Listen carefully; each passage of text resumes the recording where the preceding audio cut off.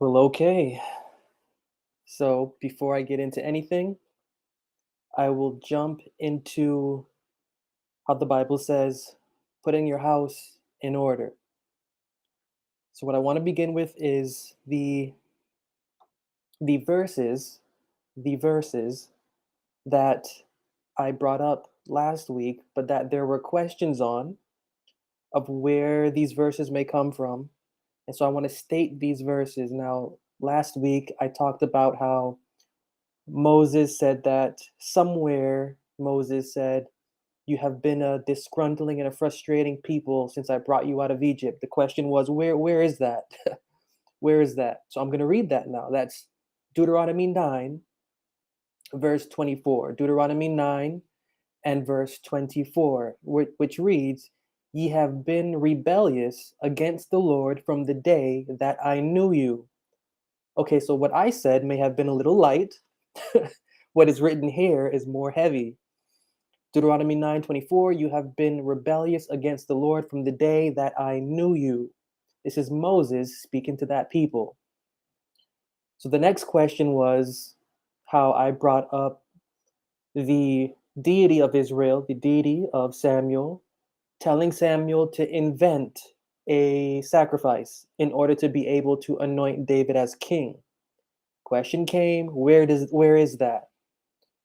That's 1 Samuel 16, 2 through 5, which I will read briefly, or I will read entirely. Samuel said, "How can I go? If Saul hear, he will kill me." The Lord said, "Take an heifer and say, I am come to sacrifice to the Lord." Now, this is the Lord telling Samuel to say this to the people. He's saying, Samuel's deity is saying, "Take a heifer, say that I'm come to sacrifice unto the Lord, and call Jesse to the sacrifice. I'll show thee what you're supposed to do. You shall anoint unto me him whom I name unto thee." Samuel did what the Lord spake. He came to Bethlehem. The elders of the town trembled at Samuel's entrance and said, "Do you come here peaceably?" And he said, "Peaceably, I am come to sacrifice unto the Lord." So this is the invented sacrifice that I mentioned last week. The invented sacrifice that the deity of these people told Samuel to invent in order to anoint David as king. And I brought this up just to show how the deity of this people pokes fun at the strictness that they hold to routine and ritual, to sacrifice and offering, when in reality, their own deity does not hold any sort of strictness or seriousness at all, because this is clearly humor.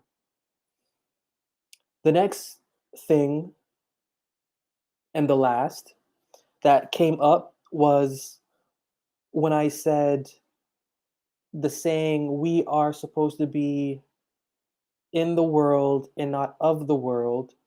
And I said that the Bible states that the world is not the secular world, but the world is the world of religion. Question came, where do I get that from? Where do I get it from that the Bible says that the world that it talks about is not natural, but is religious?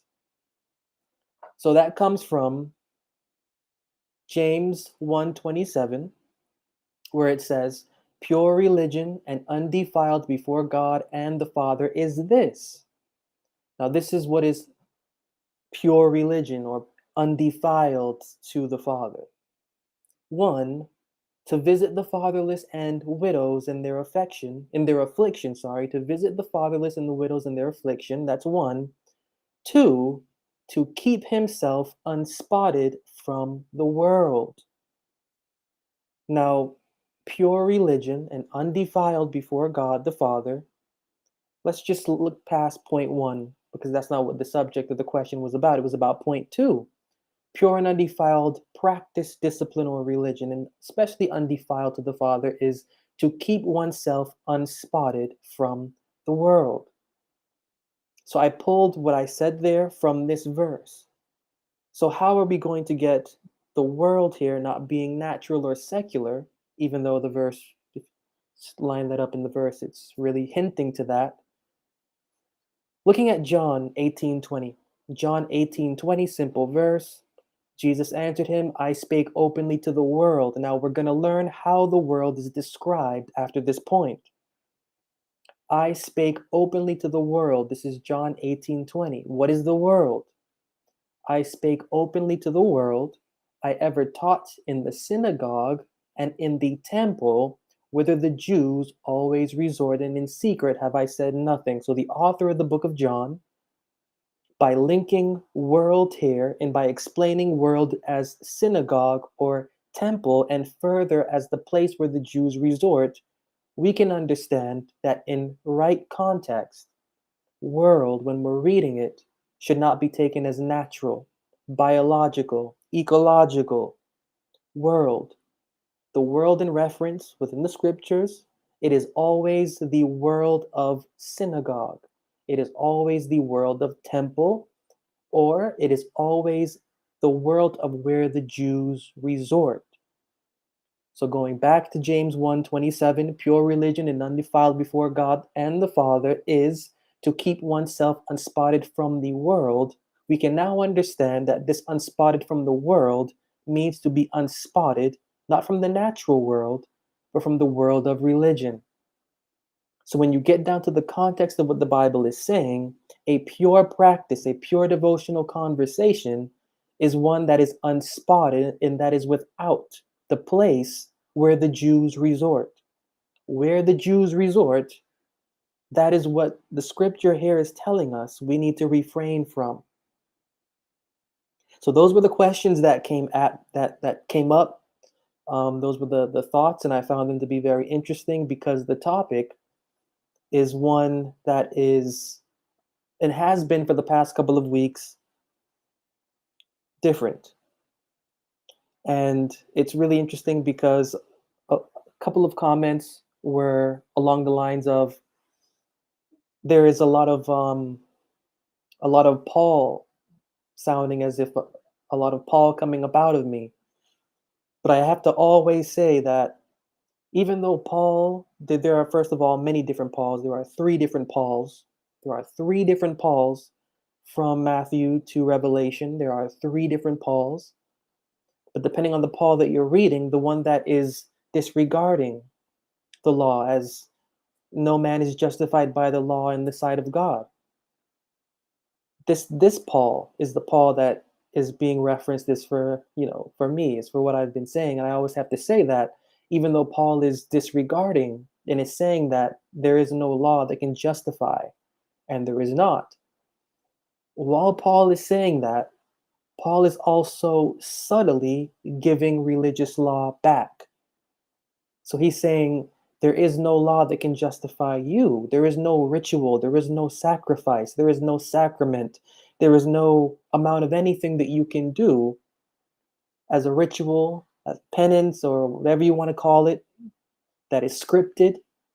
There is nothing that you can do that can gain you the favor with the divine eye at all. But at the same time, Paul is saying that although there's nothing that you can do, here is a law that you can do. You can believe on my deity and on my deity's blood. So Paul, in a sense, is getting rid of one religious law. He's saying, no, that's not the right law. There is another law, and that other law has to do with you doing nothing but exercising belief on a theory. So I always like to say that even though it may sound as though I am like Paul when I speak to individuals that have that see that connection into the things that I'm saying, I always have to say that I'm not in any way endorsing, as Paul endorsed, a theoretical religious law as opposed to a physical religious law. Um, and the things that we have been reviewing thus far, and for the past weeks, even months, and you can jump over to my main in Justification, how that content has been trending towards this similar content, and how this content is engaging that content from the themes of male and female, the theme of the image of God, learning what these things are in context. And then now jumping over to this side of things to where we're seeing wisdom activated, honey to be seen, to be taken, to be digested, which as I was reviewing those thoughts led me to another verse. And I brought up last week how honey in the Bible is equated to wisdom of knowledge. Another question was where? Where is that? And I have here in the chat quoted where that's from. Proverbs 24:13 and 14. Proverbs 24:13 and 14 reads, "My son, eat thou honey, because it is good, and the honeycomb, which is sweet to thy taste." Why? Because once you do, so shall the knowledge of wisdom be unto thy soul. Now, this is how the Bible teaches. Bible teaches by association. When we see the Bible pronouncing something figurative as honey is, we're made to believe that it's honey. Eat honey, says the Bible. Okay, let me have some. But then if you keep reading, the context shifts to wisdom of knowledge. And now you go, okay, so then I shouldn't be eating real honey because the Bible's not saying eat real honey. The Bible is actually saying eat wisdom of knowledge for the purpose of the soul's consumption. And that's the point of, the humor that I found in last week's reading concerning Jonathan, the honey, his father Saul, and the people that were under the oath of his father. The humor in all of that is that you have a people that is bound by, repeatedly bound and binding themselves by oaths. The most famous of Moses, I brought up last week. And yet you have here in this one story the oath distressing the land. And it's really difficult not to think, it's really difficult not to see that if this is how this is written and how the author of Samuel is writing that there is also and should also be thought distress in the land due to oath. But we don't really read that. And yet we do if we could honestly follow the narrative. If we could honestly follow the narrative, that's why Moses said what he said. You have been a rebellious people from the day that I knew you. Why are they rebellious? Because they could not honor oath. They could not honor oath at all. It was difficult to get these people to do so for some reason. And it's really weird because they're coming out of Egypt, and Egypt is also an oath-bound region. But for some reason, they were fighting oath. And that's the humor that the author in the book of Samuel would actually bring that out, because if there is distress in the land there, we really should know that where the oath is present, there is distress. It's just that the Bible doesn't articulate it, and on the surface, it is appearing to be the main way to do things. And so just thinking about all of that brought me to Proverbs 24:13 and 14 to highlight the power of wisdom for the devotional conversation, as opposed to the lowering of the energy of the conversation via a scripted routine.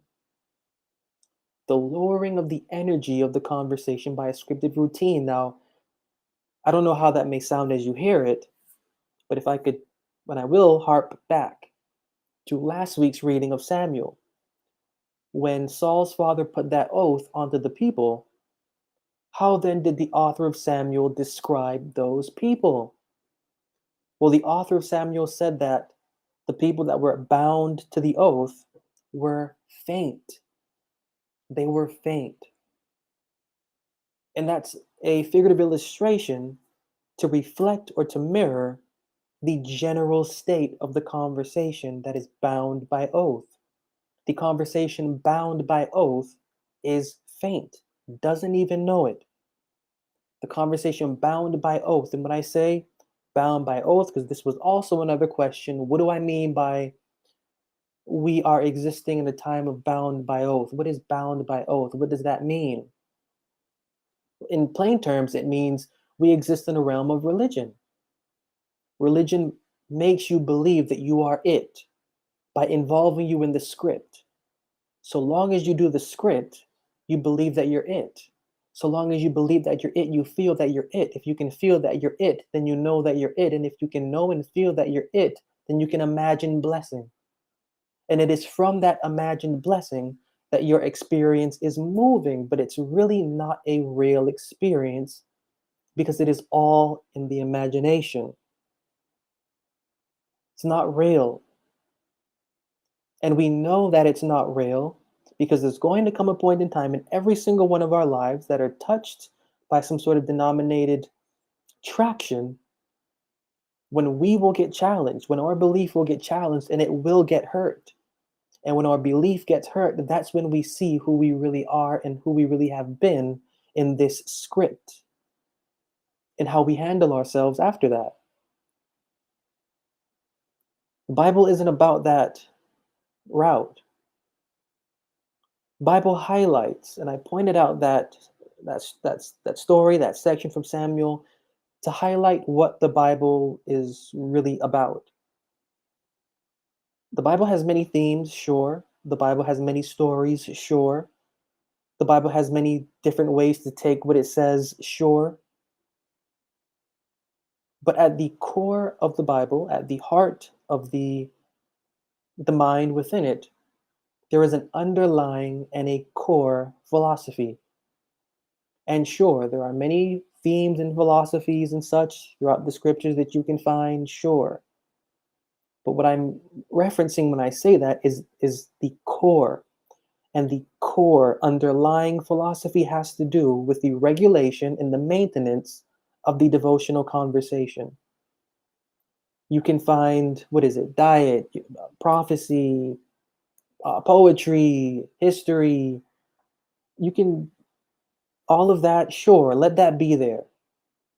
But at the core of it all, what my work, what everything I bring out is about, is the core philosophy that is within the scriptures. Then at the core of the Bible is a philosophy that does not condone the general way that the human being goes about their spirituality. The human being generally goes about their spirituality by ritual, by oath. We live in a religious world of oath and of strictness to oath. The more strict the oath, the happier we are. The more stricter the oath, the happier we are. But we don't realize that we are actually, and when I say we, I mean our devotional conversation, we don't actually realize that although we are having a human spiritual experience, and our spiritual experience is guided by human based impulse or flesh based impulse, we don't realize that our devotional conversation is unhappy. Our devotional self is faint, just as in that story. We don't realize it. But one day, we will, one event will happen, and the faintness that our conversation feels, our human being will feel it. And when our human being feels the faintness of our devotional faintness, it will feel like a day of death. It will feel like a day, a moment, months of death. Because we will realize that we have been lacking wisdom. We will realize that we have been lacking knowledge. And not just any random wisdom, not just any random knowledge. We will realize that we have been lacking the wisdom and the knowledge of an experience that is personally crafted for our individual person. That's something a scripted religion can't do. That's something nothing routine can do. Only life and life's operation can allow what is within us to shine forth to our conscious, for our level of consciousness to acknowledge what may be subconsciously needed to bring that out into reality. And that's the whole thing. That's why I have this verse here, my son, eat thou honey, Proverbs 24:13-14. It is good, and the honeycomb which is sweet to thy taste. Why? Because it'll be knowledge of wisdom unto thy soul. Core Bible philosophy wants to get at soul. Surface Bible wants to get at bodily routine. Remember how in the book of Timothy, the author writing the book of Timothy says, bodily exercise profiteth to nothing, but godliness leadeth to everlasting life? The author writing Timothy isn't talking about the gym. The author writing Timothy isn't about taking a jog in the morning. The author writing the book of Timothy isn't saying that your physical exercise should not be compared with your spiritual exercise. That bodily exercise, it has to do with the exercising of the body of belief. How does the body of belief find itself exercised? Body of belief finds itself exercised through routines, through rituals, through belief on theories and stuff, whatever you can get what I'm saying. A flesh-based experience, an experience that is supposed to be or thought to be spiritual, but is guided by human taste and human impulse. Exercising the body of belief in such a way. And then you could take that literally because you still have to exercise your physical body for doing such acts when it comes to such a practice. Author of the book of Timothy is letting the reader know that bodily exercise profited nothing. That bodily exercise, it is the same thing as crunch that down into one word, world. World exercise means nothing. They mean the same thing. John 6, what does John 6 say? The flesh profiteth nothing, the spirit gives life. My words are spirit. Same main frame, same thought, same experience. The Bible is a book criticizing how the body of belief is exercised through the physical body, if I could just say that plainly. Bible is a book criticizing how the body of belief is exercised through the physical body. Body of belief should not be exercised through the physical body. That's an absolute violation of nature. That's an absolute violation of nature. Why and how is that an absolute violation of nature? Because what can the body do for anything that is within? What can the body do to feel, to heal, to maintain, to instruct, to counsel anything that is within, that is profitable? What can the body do? Bible criticizes this, and it should, because if you want what is the human being to find structure within itself, you don't subject it to what is a spiritual experience trapped by human impulse.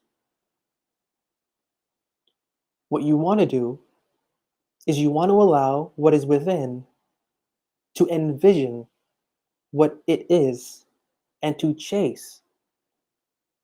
Key word there, and to chase what is within it so that what is envisioned can then become reality.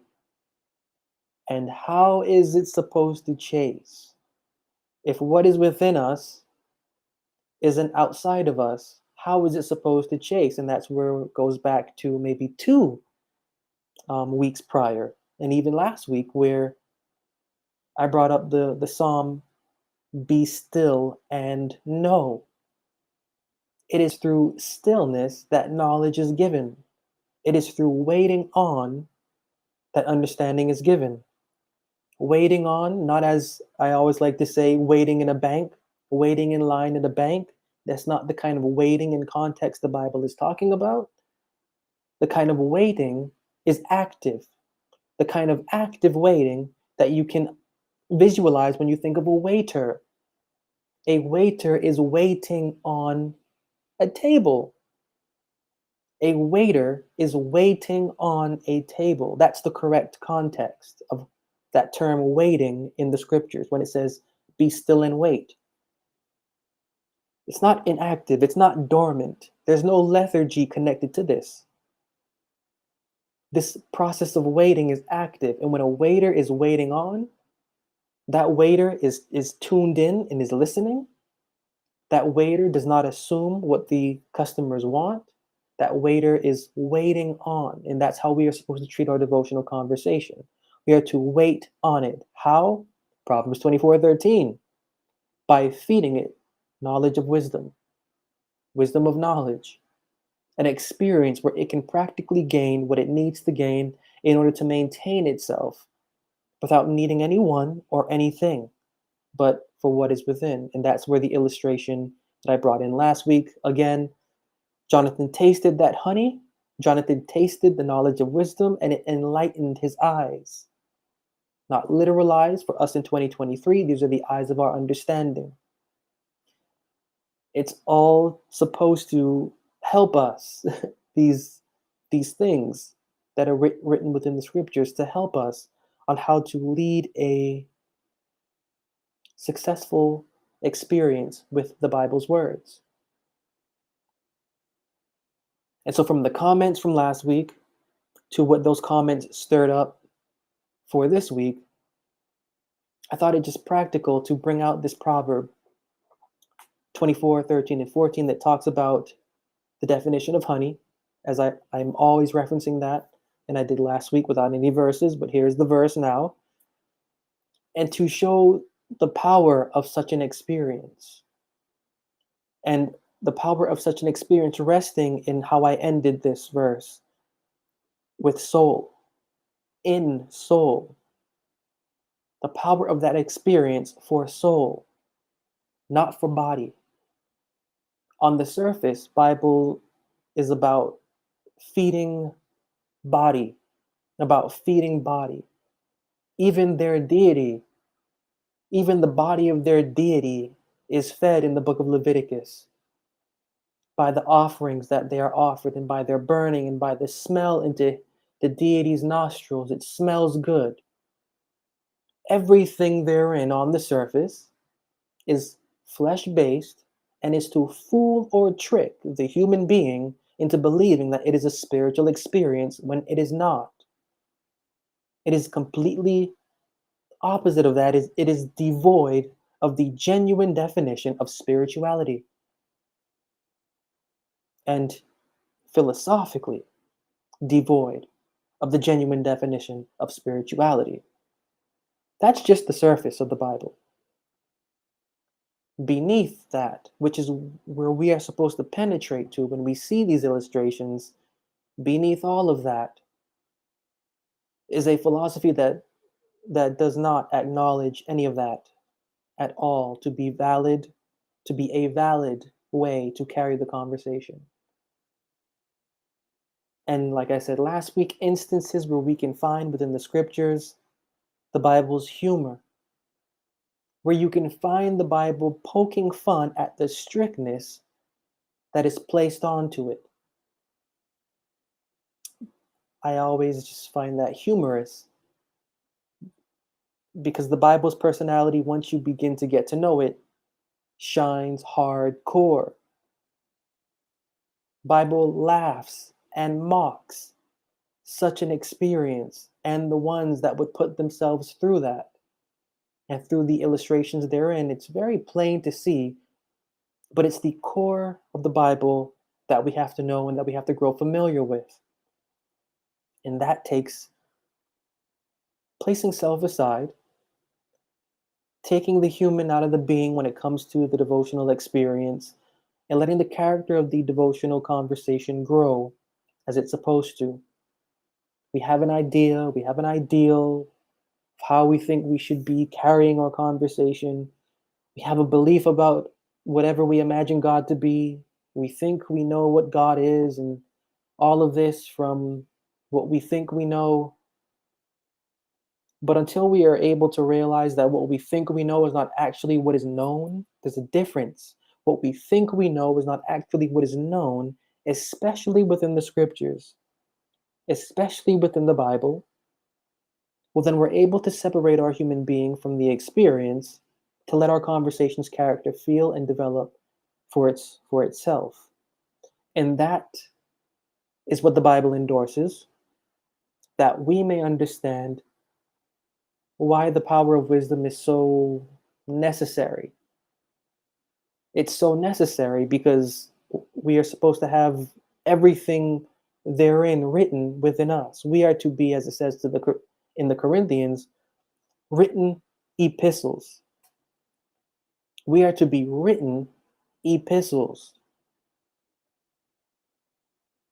That means every single one of us is to have an original epistle coming up out of us. Not the same.